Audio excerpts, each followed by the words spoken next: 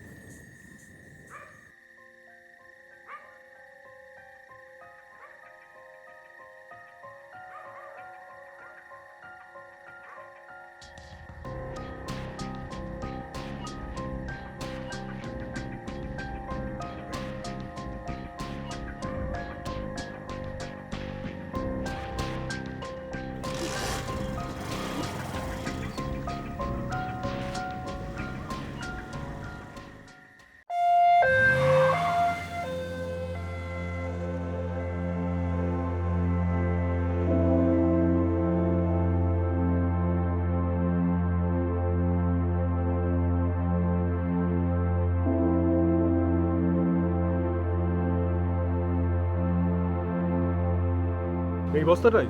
হ্যাঁ স্যার। এই বস্তাটাই। রথিন, এই বস্তাটা খোলার ব্যবস্থা করো। Okay sir.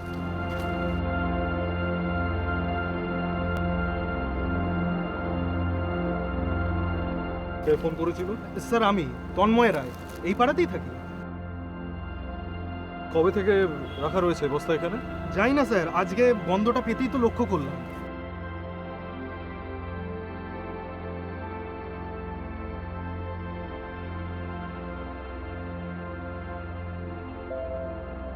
এই বলেছিলাম না লাশ আছে। এর তো মাথা নেই রে। হ্যাঁ রে,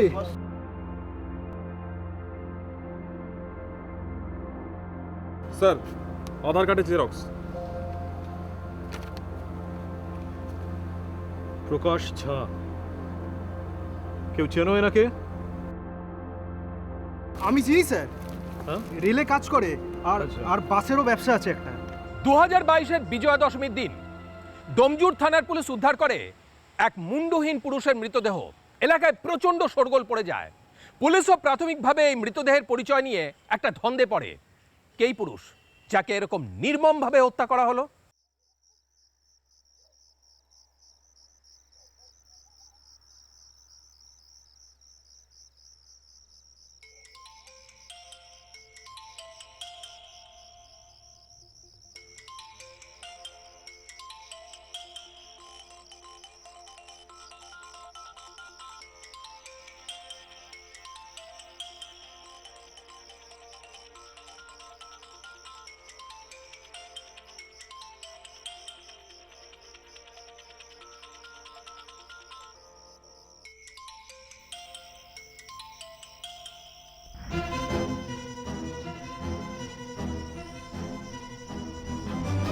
হ্যালো, আমি তোর অপমানের বদলা নিয়ে নিয়েছি।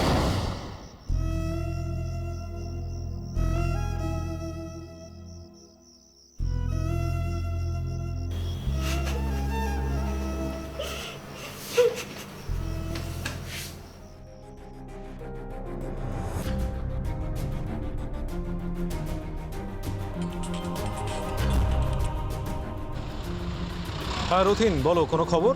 হ্যাঁ স্যার, এই প্রকাশ যার বাড়িতে কেউ নেই স্যার। আমি ওনার স্ত্রীর নাম্বারটা জোগাড় করেছি। ওনাকে ইমিডিয়েটলি কন্ট্যাক্ট করো আর বডি আইডেন্টিফিকেশনের ব্যবস্থা করো। Okay sir.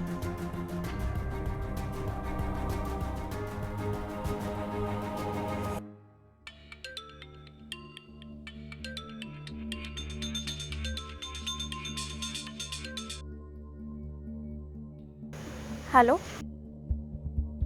অনুরাধা ঝা বলছেন? হ্যাঁ বলছি, আপনি? আমি ডোমজুর থানার এসআই রথিন মাইতি বলছি। আপনি এখন কোথায় আছেন? বিশাখাপত্তনমে দিদির বাড়িতে। কিন্তু কেন? প্রকাশ ঝা কে হয় আপনার? আমার স্বামী। কি হয়েছে? আপনাকে আমি হোয়াটসঅ্যাপে কিছু ছবি পাঠাচ্ছি, একটু দেখুন তো চিনতে পারেন কি না। ঠিক আছে, কিন্তু কি হয়েছে একটু বলুন না। আগে দেখুন চিনতে পারেন কি না, তারপর সব বলছি।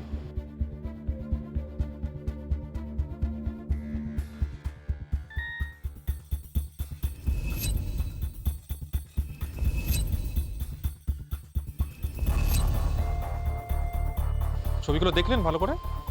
পার্স, আঙ্গুলের আংটি, জামা। হ্যাঁ, হাতের আংটিটা আমার স্বামীর বলে মনে হচ্ছে, কিন্তু আপনি আমাকে পুরো ছবিটা কেন পাঠাচ্ছেন না? আসলে ম্যাডাম, বডিটার মাথাটা এখনো পাওয়া যায়নি, তাই আপনাকে পুরো ছবিটা পাঠাতে পারছি না। তবে আপনাকে বডি শনাক্ত করার জন্য কিন্তু আসতে হবে।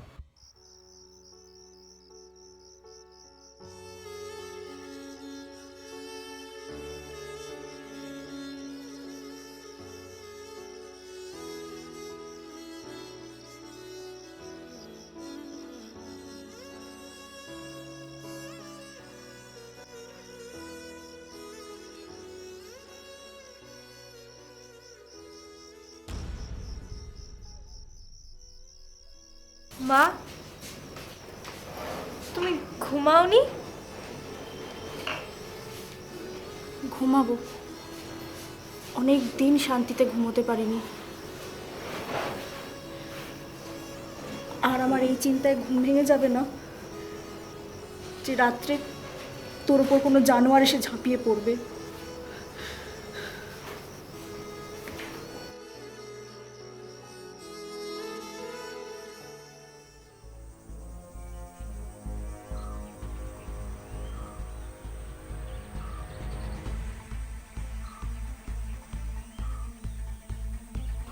বডি এক জায়গায়, মাথা আরেক জায়গায়।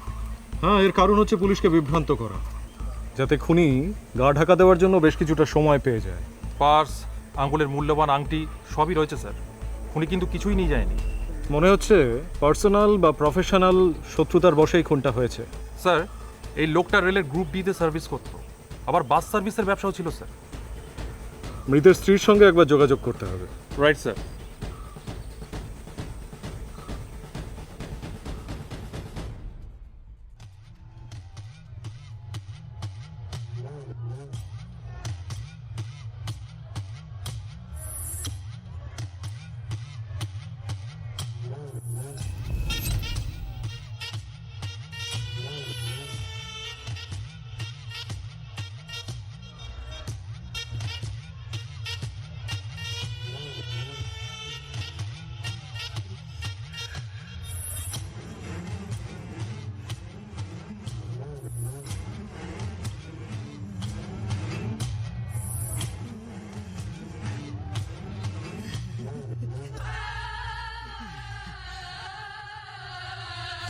আমি গা ঢাকা দিচ্ছি, তুমি একটু সাবধানে থেকো।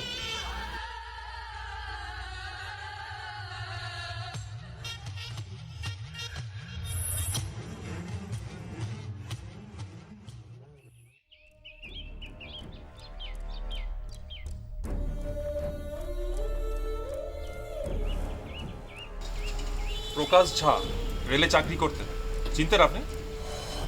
হ্যাঁ স্যার, খুব ভালো মানুষ ছিল।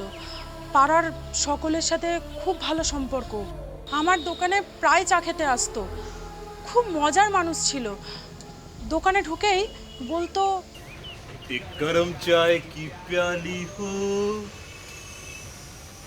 और कोई उसको पिलाने वाली हो। আমি চা বানালে বালি, পিলানে বালি তো নই। তার জন্য তোমার ঘরের বউ রয়েছে। সরো। বৌদির জায়গা কখনো বউ নিতে পারে না, বুঝলে? আর এই বউ আর বৌদির মধ্যে তফাৎটা কি বলতো? কি প্রকাশ? বিয়ের কিছু বছর পরেই বউয়ের কথা ন্যাকা লাগে, কিন্তু এই বৌদির কথা সারা জীবন ছ্যাঁকা লাগে। ধরো চাটা খাও, তাড়াতাড়ি টাকাটা ফেলে এখান থেকে বেরো। আমার আবার তাড়া রয়েছে। তোমার জন্য এতক্ষণ অপেক্ষা করলে হবে না, দোকানে ঝাঁপ ফেলতে হবে। কোথায় ছুটির দিনে ভাবলাম তোমার দোকানে এসে একটু জুড়োবো, তা না। দোকানে না ছাওয়া, সূর্য উঠলে রোদ ঢোকে আর বৃষ্টি হলে জল ঢোকে। ছাদের অবস্থা দেখেছো? আরে তা তোমার আজকে এত তাড়াহুড়ো কিসের? বাপের বাড়ি যাব। ও, তো তোমার বাপের বাড়ি তো আমার বাসের রুটে। চলে এসো দুপুরবেলা গ্যারেজে, আমি তোমায় পৌঁছে দেবো বাসে করে তোমার বাপের বাড়ি। সত্যি? নাও টাকাটা ধরো, আর ভাড়াও লাগবে।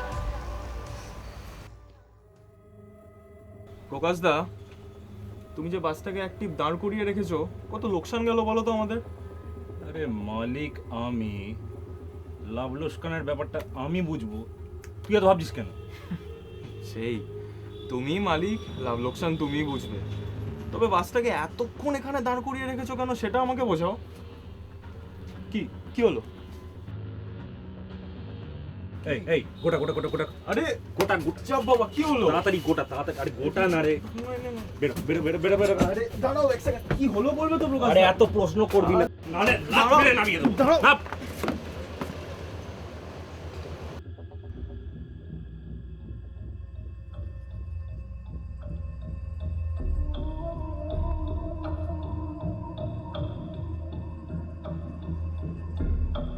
কি গো, বাস ছাড়বে কখন? আরে এসো এসো, তোমার জন্য অপেক্ষা করছিলাম, এসো। আরে এসো এসো এসো এসো বৌদি, বসো এখানটা, বসো এখানটা। বাবা, আমার চায়ের দোকানে 2 মিনিট চা দিতে দেরি হলে খদ্দের দাঁড়ায় না, আর তুমি আমার জন্য গোটা বাসটায় দাঁড় করিয়ে রাখলে। জোহরই জোহর চেনে বৌদি, তুমি যে কি রত্ন তা আমি চিনেছি। তার রত্ন পেতে গেলে তার দাম দিতে হয়, জানা আছে তো? তোমার দোকানের ছাদ আমি বানিয়ে দেবো বৌদি। Thank you.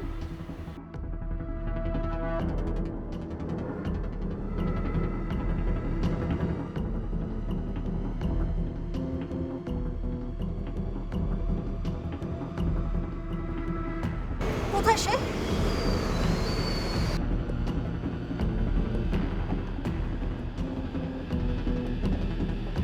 কি হচ্ছে এটা?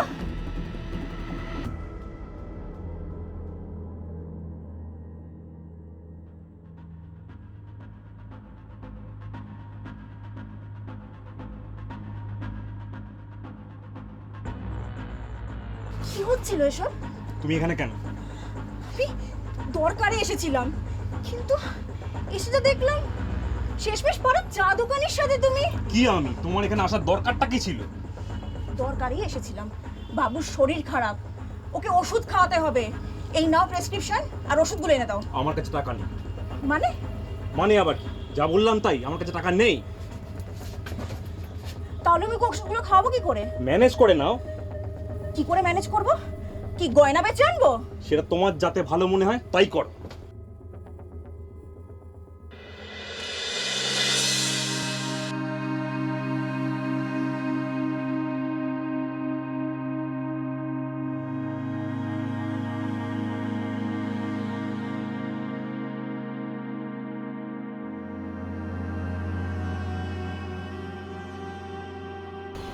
বৌদি, প্রেসক্রিপশনটা আমাকে দাও। আর তুমি বাড়ি যাও, আমি ওষুধগুলো কিনে পাঠিয়ে দিচ্ছি।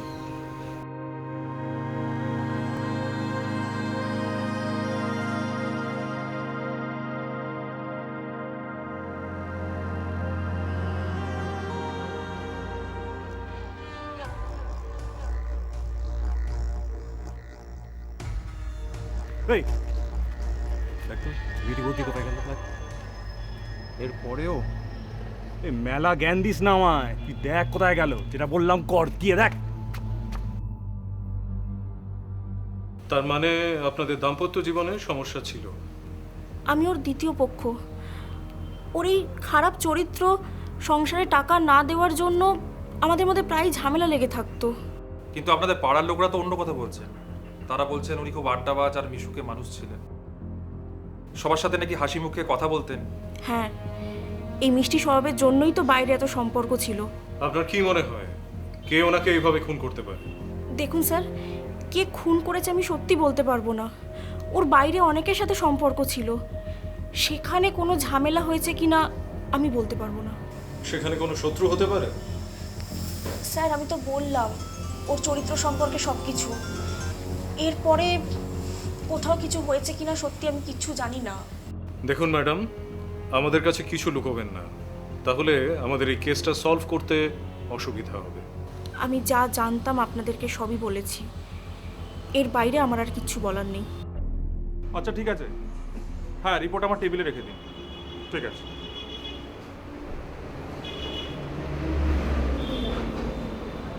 তুমি প্রকাশ ঝায়ের মেয়ে? তোমার নাম কি? মীনাক্ষী। মীনাক্ষী জান। মীনাক্ষী, আমি বুঝতে পারছি তোমার মনের অবস্থা। আমার কিছু বিষয় জানার আছে তোমার বাবার ব্যাপারে। তোমার বাবা মানুষটা কেমন ছিলেন? তোমার বাবার সাথে তোমার মায়ের সম্পর্ক কেমন ছিল? ভগবান যেন এরকম বাবা কাউকে না দেয়। তাহলে কবে আসিস তুই? এই তো কালকে ট্রেনে চাপবো, পরশু দুপুরের মধ্যে পৌঁছে যাব। কে রে মিনু? এই তো সীমাদি ফোন করেছে। দে আমাকে ফোনটা দে। হ্যালো।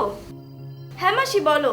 হ্যাঁ শোন, তুই কিন্তু একা আসছিস, যে কারোর সাথে আলাপ করতে যাবি না। আর তোকে স্টেশনে ছাড়তে কে আসবে? দাদা আসবে তো। আচ্ছা একবার আমাকে দে তো ফোনটা। আচ্ছা দাঁড়াও। দাদা, এ দাদা, মাসির ফোন। হ্যাঁ যাচ্ছি, দাঁড়া। আসছে, দাঁড়াও। হ্যাঁ মাসি বলো। হ্যাঁ রামা, শোন না, বলছি কালকে তুই ওকে কিন্তু স্টেশনে তুলে দিয়ে আমাকে একটা ফোন করে দিস। হ্যাঁ তুমি চিন্তা করো না, ও এখন বড় হয়ে গেছে, নিজের খেয়াল নিজে রাখতে পারবে। আচ্ছা ঠিক আছে। আচ্ছা মাসি শোনো না, বলছি আমি ফোনটা একটু রাখছি, বুঝলে আমার একটু বেরোতে হবে। আমি কালকে তোমায় সব ফোন করে জানিয়ে দেবো, কেমন? তুমি চিন্তা করো না কিন্তু। ঠিক আছে। এনে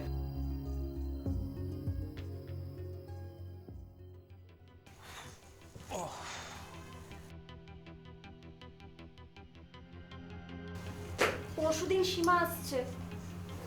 কে সীমা? আমার দিদির মেয়ে সীমা, তুমি ভুলে গেছো? ও হ্যাঁ, তোমার দিদির তো এক মেয়ে আর এক ছেলে। তোমার দিদিও আসছে নাকি? না, ওকে রামা ট্রেনে তুলে দেবে, ও একাই আসবে। হ্যাঁ, ওইটুকু বাচ্চা মেয়ে একা আসবে কি করে? তুমি ওকে কবে বাচ্চা মেয়ে দেখেছিলে বলো তো? অনেক বছর আগে। সেই বাচ্চা মেয়ের এখন বিয়ে দেওয়ার বয়স হয়ে গেছে। ও পরশু বললে একা আসছে।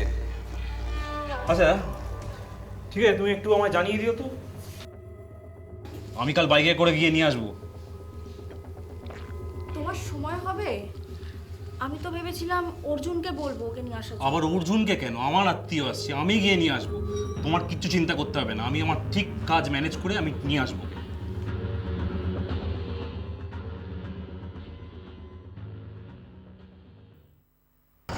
হ্যাঁ মা, হ্যাঁ আমি ঠিক আছি। এই তো মেশো বাসেই রয়েছি। হ্যাঁ কিছুক্ষণের মধ্যেই পৌঁছে যাব। আচ্ছা ঠিক আছে, আমি মাসির বাড়িতে গিয়েই তোমাকে ফোন করে দেবো, তুমি চিন্তা করো না। হ্যাঁ আচ্ছা রাখছি। হুম।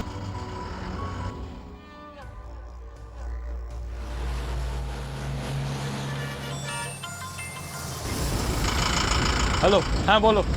সীমা ঠিক আছে তো? হ্যাঁ ঠিক আছে। শোন, তুই গাড়িটা গ্যারেজে ঢুকিয়ে দে, গিয়ে নেমে আয়, আমি আসছি। ঠিক আছে, তাই হবে।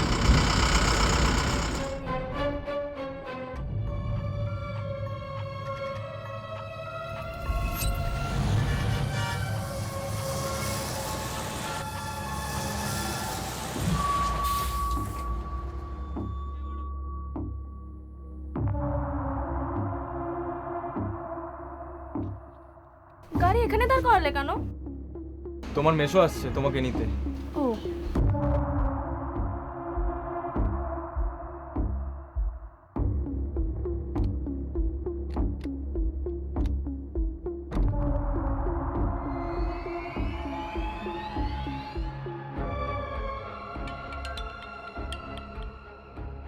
হ্যাঁ অর্জুন, কোথায় তোমরা এখন? গ্যারেজে। গ্যারেজে?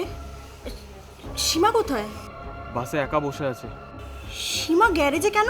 ওই তোমার বরের আদেশ, তিনি আসছেন ওকে নিতে এখানে। শোনো, তুমি কিন্তু সীমাকে ছেড়ে কোথাও যাবে না, তোমার দাদা বললেও না। আমি আসছি। ঠিক আছে।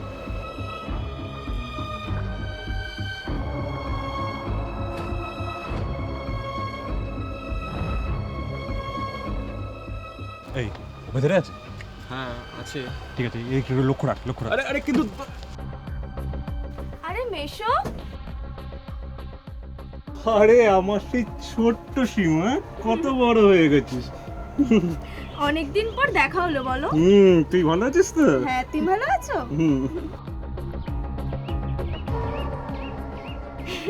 মেশো তুমিও না, কি বলো? আরে বাবা, এটা রাখো। হ্যাঁ, এখন কি তুমি আর সেই ছোট্ট সীমাটি আছো? হ্যাঁ, এখন তো তুমি একজন ইয়াং লেডি।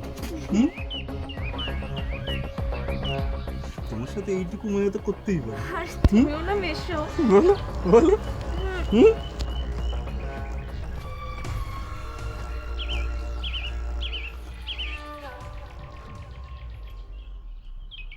কোথায় ওরা?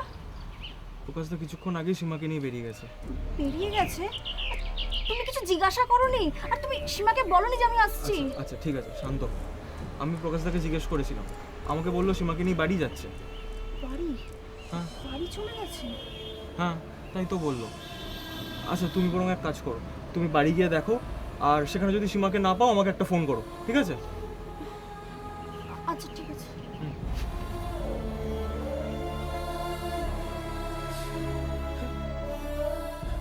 বাবু, তোর সীমাদি বাড়ি এসেছে?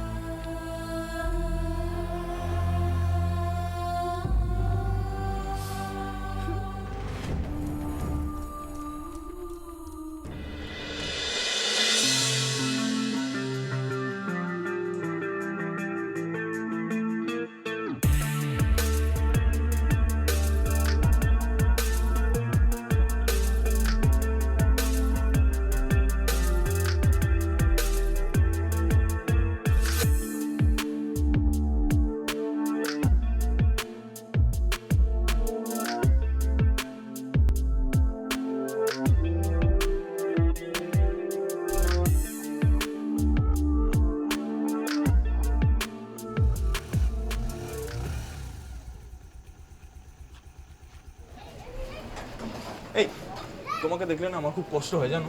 কেন? এই তোমাকে দিনের পর দিনের নোংরা চরিত্রের লোকটার সাথে থাকতে হবে বলে। হ্যাঁ, ঠিক এই হাসিটা। তোমার মুখে তো কোনোদিন সুস্থ স্বাভাবিক হাসি দেখলামই না। আমি জানি এর জন্য না ওই প্রকাশদাটাই দায়ী। আমি বুঝতে পারি না তোমার মতো একজন বউ ঘরে থাকতে কিভাবে দিনের পর দিন বাইরে নোংরামি করে বেড়াচ্ছে।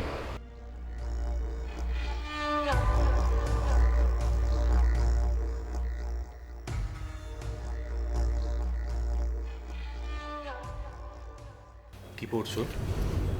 ও মেশো, তুমি? একটু ম্যাগাজিন পড়ছিলাম। ও, তো তোমার মাসি কোথায়? মাসি একটু বাজারে গেছে। আর বাবু আর মীনাক্ষী? ওরা টিউশন পড়তে গেছে।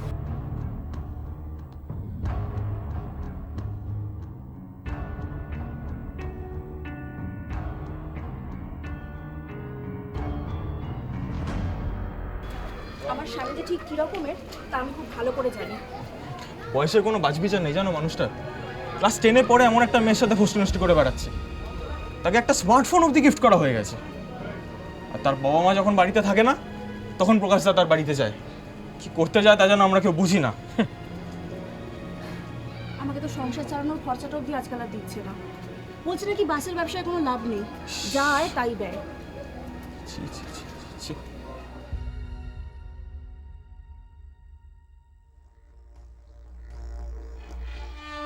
বয়ফ্রেন্ড আছে? তুমি কি বলো না মিশো? কেউ নেই বাড়ি। কি করছো নাকি মিশো? এটাই সুবর্ণ সুযোগ। ছাড়ো মিশো, মিশো তুমি কি করছো নাকি? ছাড়ো মিশো, তুমি কি করছো না?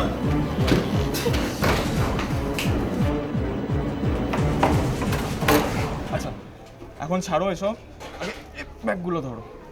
না না, হ্যাঁ হ্যাঁ, তুমি কিচ্ছু চিন্তা করো না বৌদি, তোমার যে কোনো বিপদ হোক আমি পাশে আছি, ঠিক আছে? এখন এলাম।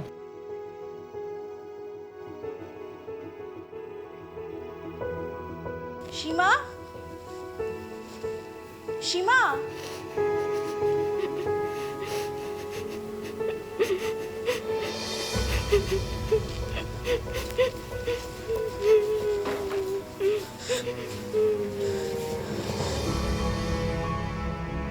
সীমা, সীমা,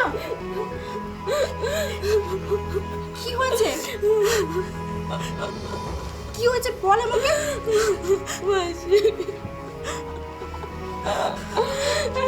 কি হয়েছে বল আমাকে, আমাকে বল।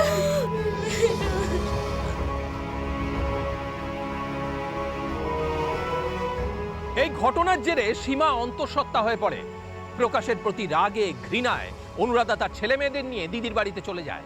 কিন্তু প্রকাশের উপর অর্থনৈতিক নির্ভরশীলতা অনুরাধাকে বাধ্য করে আবার প্রকাশের সংসারে ফিরে আসতে। আর তারপর এমন কিছু ঘটে যা অনুরাধা কখনো স্বপ্নেও কল্পনা করতে পারেনি।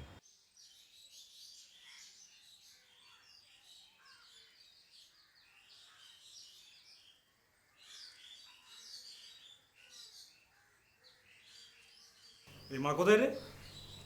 দেখো রান্নাঘরে আছে বোধহয়। রান্নাঘরে?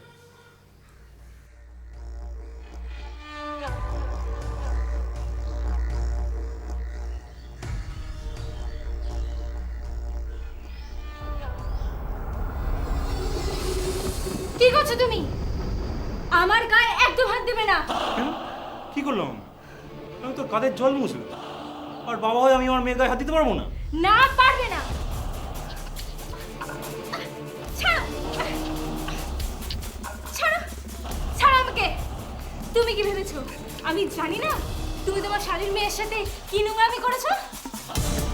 আমার গায়ে হাত দেওয়ার তোমার কোনো অধিকার নেই। এই, এই, কি করেছিস আমি সীমার সাথে? কি জানিস তুই? সব জানি। কি জানিস? তুমি সীমাদির সাথে কি করেছো আমি সব কিছু জানি। দেখবি, দেখবি আমি সীমার সাথে কি করেছি। দেখাবো তোকে। হ্যাঁ? দেখাচ্ছি।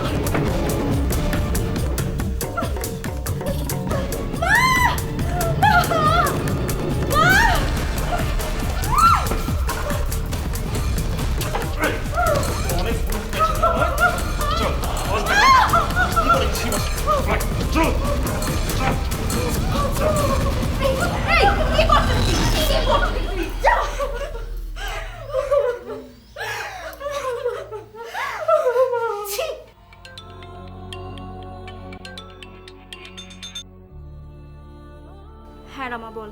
আমার বদলা চাই। আমার বোনের ওপর এই অত্যাচারের আমি বদলা চাই। আমি বুঝতে পারছি রামা তোর মনের অবস্থা। যদি বুঝতেই পারো তাহলে কিছু একটা করো। আমি আর সহ্য করতে পারছি না। আমি তুই একই জ্বালায় জ্বলছি রামা। তুই জানিস কালকে ওই জানোয়ারটা নিজের মেয়ের দিকে হাত বাড়িয়েছিল। ওকে কোনো মতেই বাঁচতে দেওয়া উচিত নয় মাসি। তুমি একবার শুধু রাজি হও, আমি নিজের হাতে ওকে খুন করব। কিন্তু বিশাখাপত্তনম থেকে এসে তোর পক্ষে একাই কাজটা করা সম্ভব নয়। কেন? তুমি কি আমাকে বিশ্বাস করতে পারছো না? কেন বিশ্বাস করতে পারবো না? কিন্তু তুই এখানকার কিছু চিনিস না। তোর এখানকার একজনকে লাগবে যে তোকে এই কাজে সাহায্য করবে। কিন্তু তেমন লোক আমি পাবো কোথায়? আছে, আমার চেনা জানা এরকম একজন লোক আছে। তুই আমাকে কয়েকটা দিন সময় দে, আমি এখানে সব ব্যবস্থা করে তোকে জানাচ্ছি।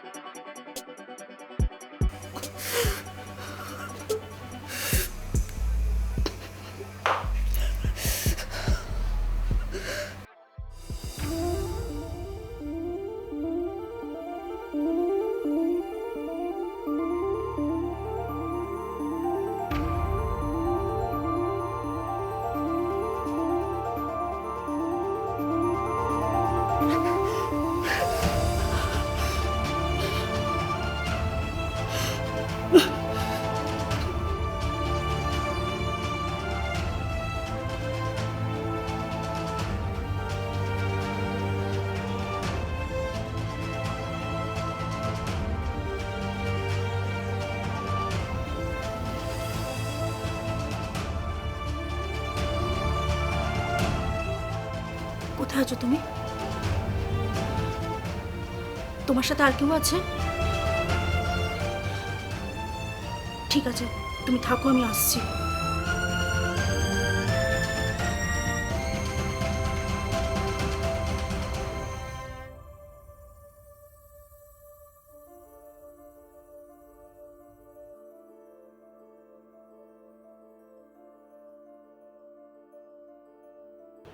এ কি বৌদি, এ কি অবস্থা তোমার?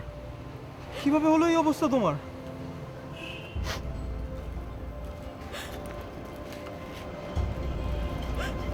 বৌদি, কি হয়েছে বলো?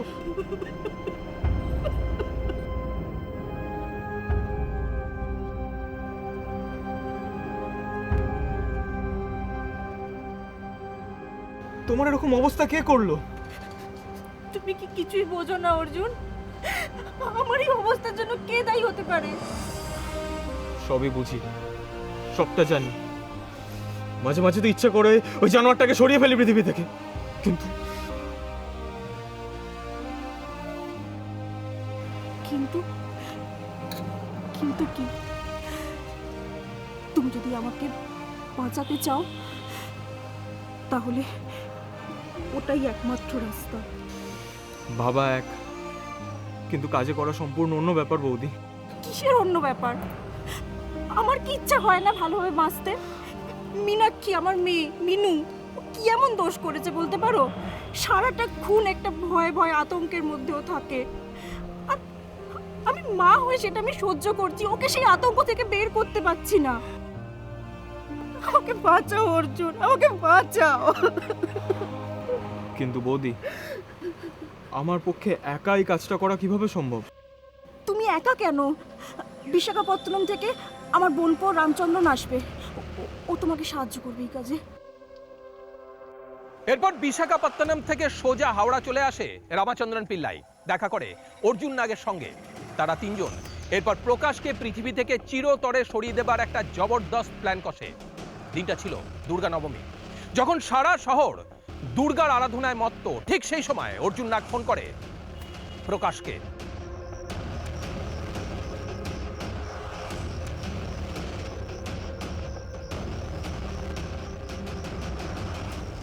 হ্যাঁ বল। কি ব্যাপার দাদা, তুমি এখনো এলে না? সব ব্যবস্থা করে বসে আছি তো। হ্যাঁ আসছি, রাখ।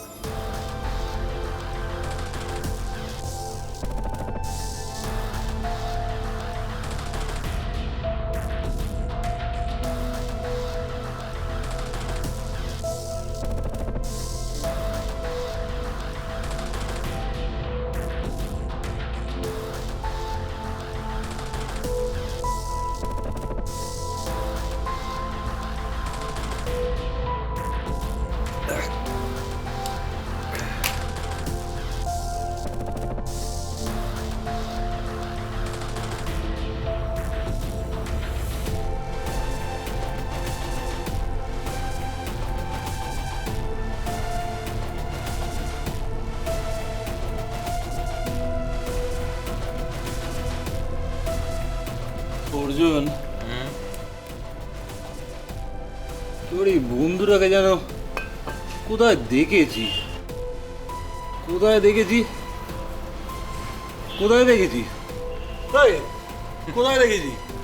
প্রকাশ দা, ও তো দেখে থাকবে না। এখন এটা না ধরো।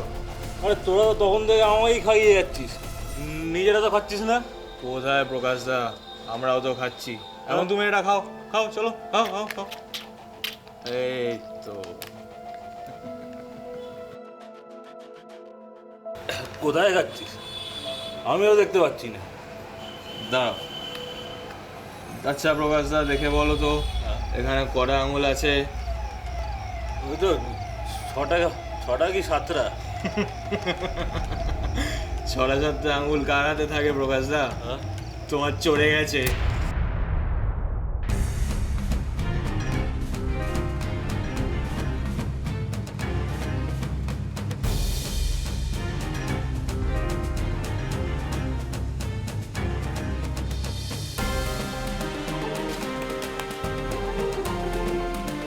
তুমি সত্যি আমাকে চিনতে পারছো না? কোথায় যেন দেখেছি। তোমার মুখের মধ্যে হিমার মুখের একটা ছাপ আছে।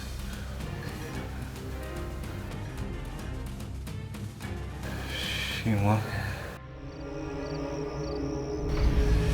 সীমা, ঠিক ধরেছিস শয়তান, আমি সীমার দাদা।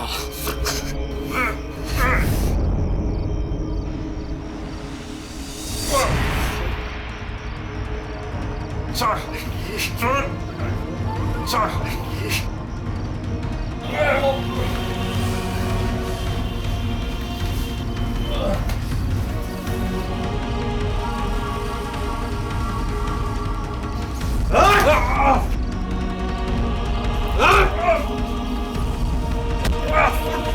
প্রকাশ ভালো চাকরি করত, স্ত্রী পুত্র কন্যাকে নিয়ে সুখে শান্তিতে জীবন কাটাতে পারত, কিন্তু সে নিজের রিপুকে লাগাম ছাড়া করে ফেলেছিল। এতটাই লাগাম ছাড়া যে তার লালসার দৃষ্টি সম্পর্কের গণ্ডিকেও লঙ্ঘন করে ফেলেছিল। আজ এই পর্যন্তই। পরবর্তী পর্বে ফিরে আসবো এরকমই কোনো সত্য ঘটনার চিত্ররূপ নিয়ে। ততক্ষণ সুস্থ থাকুন, সতর্ক থাকুন, সাবধানে থাকুন।